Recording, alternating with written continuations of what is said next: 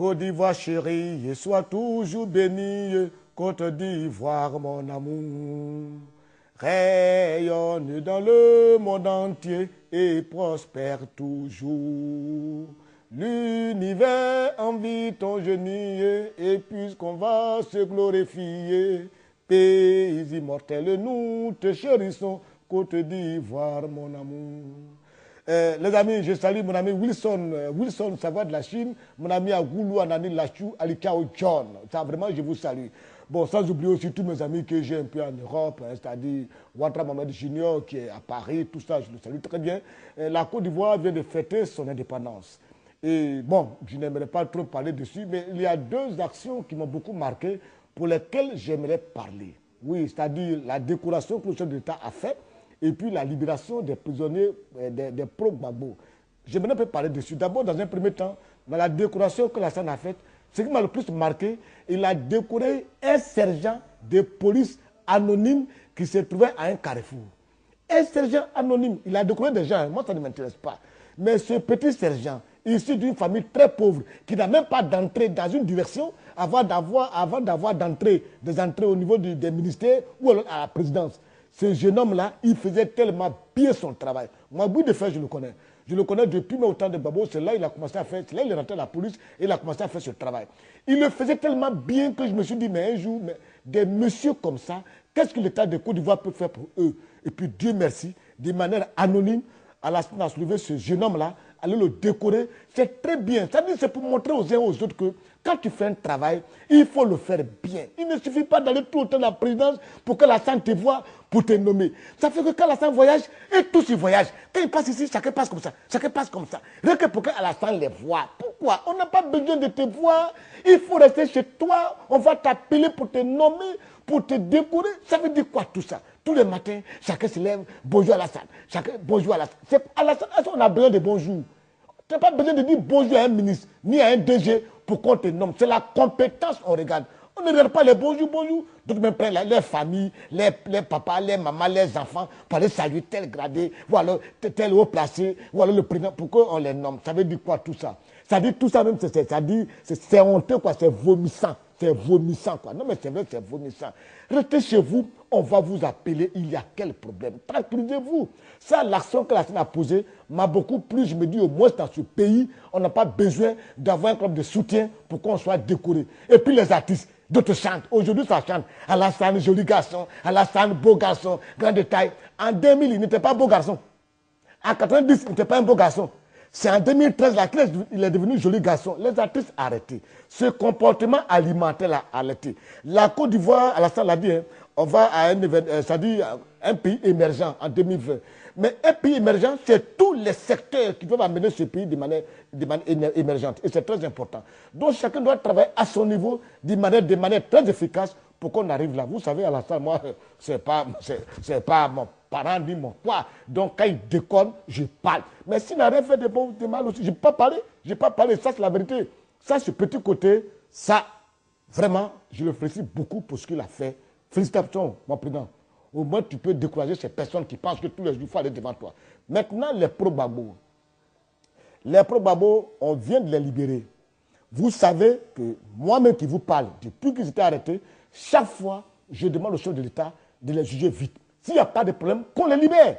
Parce que lui-même, quand il était en campagne, il a dit les gens de Café Cacao là, s'ils n'ont rien fait, on n'a qu'à les libérer. Mais si lui aussi il est là, il ne doit pas mettre des gens en prison qui sont là. En fait, c'est une guerre. La Côte d'Ivoire a connu une guerre. La guerre a été très atroce. Mais quand on va vouloir analyser, décortiquer cette guerre, lui, Alassane, on risque de trouver son pied dedans. On risque de trouver son pied dedans. Mais je ne veux pas arriver là. Mais si on me pousse à arriver là-bas, je vais arriver là-bas. Mais je ne vais pas arriver là-bas pour l'instant.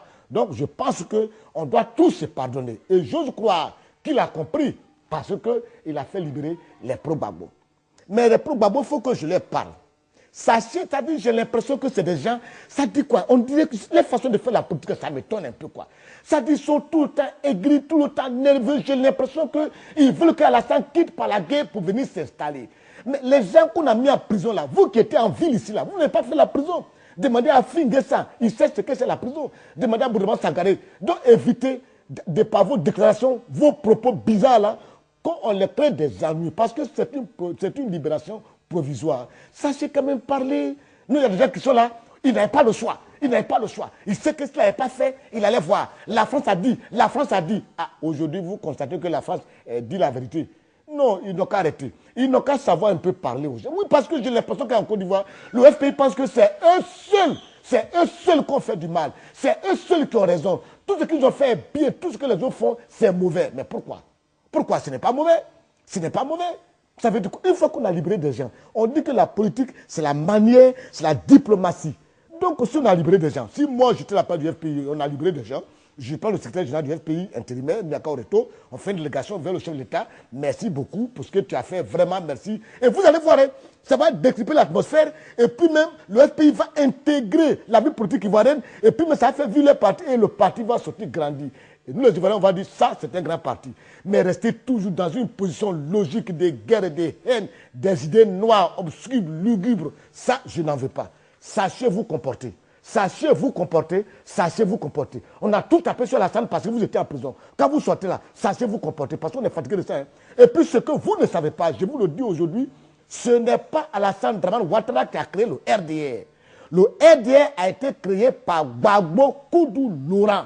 Je vous dis ça aujourd'hui, demandez aux pontes du FPI, demandez aux cadres du RDR, ils vont vous le dire s'ils sont honnêtes. Quand Guéni Kobina a été chassé par Bédier au palais des congrès de l'Hôtel Ivoire, avec Nyani Nda qui avait le CNB, Guéni Kobina a fui et il est parti trouver Gbagbo Laurent dans son salon, à la Rivera Cocody. Il a trouvé Gbagbo dans son salon. Il pleurait presque. Et Gbagbo dit, tu veux que je fasse quoi? Il dit, je suis venu payer ma carte pour rentrer au FPI, une manière de choquer le PDCI. Et tu vois, c'est Gbagbo qui lui a dit, je ne veux pas que tu fasses ça.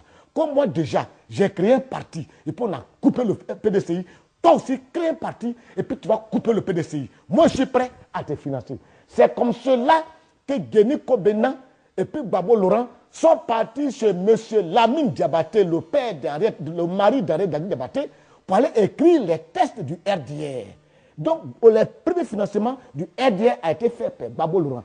Et comme à son temps, Alassane Ouattara avait des problèmes avec le pouvoir Bédier, c'est comme ça que M. Lamine Diabaté a demandé à Alassane Ouattara qu'il y a un parti qui est créé, il faut tomber dedans. C'est des gens aussi qui ont été foutus par Bédier, donc toi tu peux tomber dedans. Voilà comment Alassane a atterri au RDR. Sinon, ce n'est pas Alassane qui a créé le RDR, mais c'est plutôt Gbagbo lui-même qui a créé le RDR. Pour vous dire, je vous dis que c'est chaque pouvoir qui crée son propre opposant. C'est toi qui as dit, oui, c'est vous lui-même qui a créé son Gbagbo, c'est Bédier lui-même qui a créé son Alassane, c'est Gbagbo qui a créé son Soro, soit créé son Blé Goudé. Donc si Gbagbo lui-même il a créé son RDR, que le RDR l'a pris, il l'a mis en prison, qu'est-ce que j'ai à voir dedans?